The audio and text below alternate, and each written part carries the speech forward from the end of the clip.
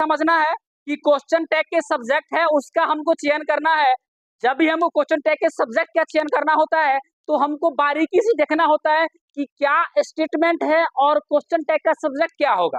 ये दोनों बात हमको ध्यान रखना है, ठीक ना। तो दोनों बात ध्यान में रखते हुए हम कहें यदि स्टेटमेंट का सब्जेक्ट, यदि कोई स्टेटमेंट हो उस स्टेटमेंट का जो सब्जेक्ट होगा ये ऑल ऑफ अस रहे, ठीक ना, या नॉन ऑफ अस रहे, या वन ऑफ अस रहे, या एनी वन ऑफ अस रहे, या सम ऑफ अस रहे, मोस्ट ऑफ अस रहे, या एवरी वन ऑफ अस रहे, या आइदर वन ऑफ अस रहे, या नाइदर वन ऑफ अस रहे। इस सम में one things is common that is us है। इस सबों में एक चीज आप लोग देख पा रहे होंगे कॉमन है। कॉमन क्या है? कॉमन है सब में अस, ठीक ना। तो एक चीज ध्यान रखना है, यही कॉमन को आपको ध्यान रखना है।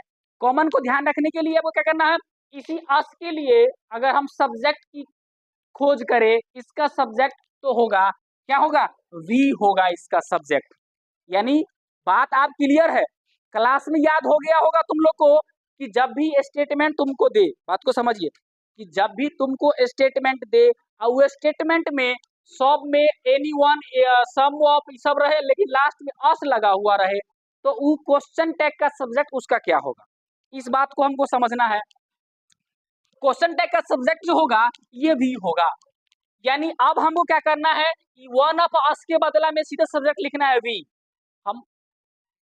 हमको नाइदर ऑफ अस के बदला में लिखना है वी, हमको आइदर ऑफ अस के बदला में लिखना है वी, हमको मोस्ट ऑफ अस के बदला में लिखना है वी।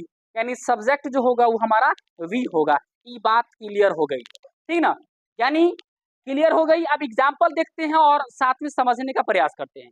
यदि मेरे पास एग्जाम्पल है कि all of us can do this, ये हमारे पास स्टेटमेंट आया। इस स्टेटमेंट को अगर हम बनाते हैं, अभी हमने रूल पढ़ा है, यदि ऑल ऑफ अस रहे, ठीक ना, ऑल ऑफ अस रहे तो वो अगर स्टेटमेंट में रहे, क्वेश्चन में रहे, ऑल ऑफ अस स्टेटमेंट में रहे ऑल ऑफ अस, तो हमको क्या करना है, इसके लिए सब्जेक्ट देना है वी।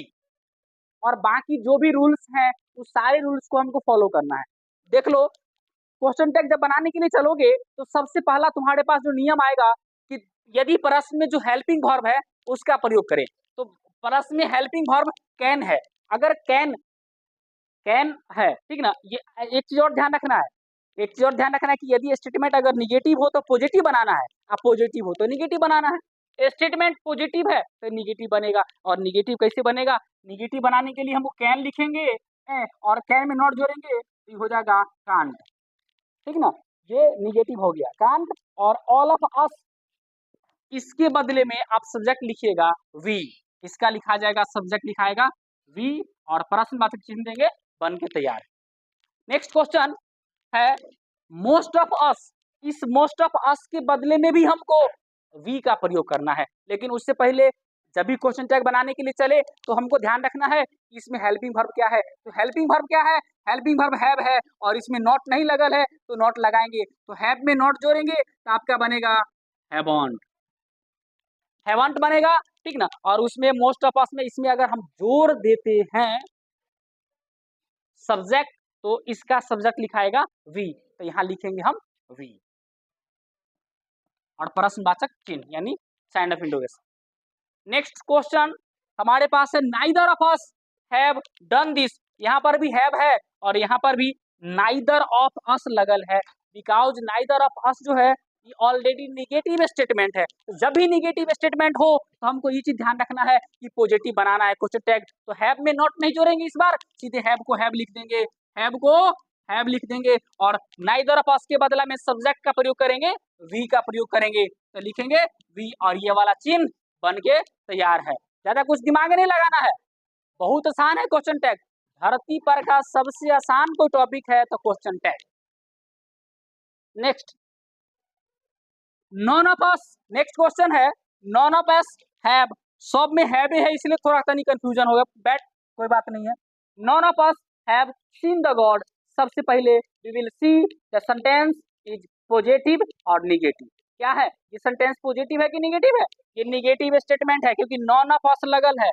नॉन अपने आप में निगेटिव स्टेटमेंट है, जब भी निगेटिव स्टेटमेंट रहे तो हमको ध्यान रखना है क्या, पॉजिटिव बनाना है। तो हैव में नॉट इस बार लगने वाला नहीं है, तो हैव में कुछ नहीं लगाएंगे, हैव के हैवे हो जाएगा, और ऑल ऑफ अस के बदले में सब्जेक्ट क्या होगा, वी होगा, सब्जेक्ट होगा वी होगा, अब प्रश्नवाचक चिन्ह होगा, और ये आपका बन के तैयार है। यानी बात क्लियर है कि ज्यादा कुछ दिमाग नहीं लगाना है इसमें, आपको क्या करना है यदि स्टेटमेंट पॉजिटिव है तो नेगेटिव बनाना है, नेगेटिव है तो पॉजिटिव बनाना है। जो हेल्पिंग वर्ब है उसका सहायता लेंगे, जो हेल्पिंग वर्ब रहेगा उसी का सहायता लेंगे और बन के तैयार है। और एक चीज सब में एक चीज कॉमन देख रहे हैं, इसमें अस देख रहे हैं, इसमें अस देख रहे हैं, इसमें अस, इसमें अस, इसीलिए इसका जो सब्जेक्ट हुआ ये सबका सब्जेक्ट हो गया वी, ठीक ना। अब वॉइस में जब हम पढ़ाए थे तो वॉइस में क्लियर कर दिए थे कि अस का सब्जेक्ट होता है वी, ठीक ना।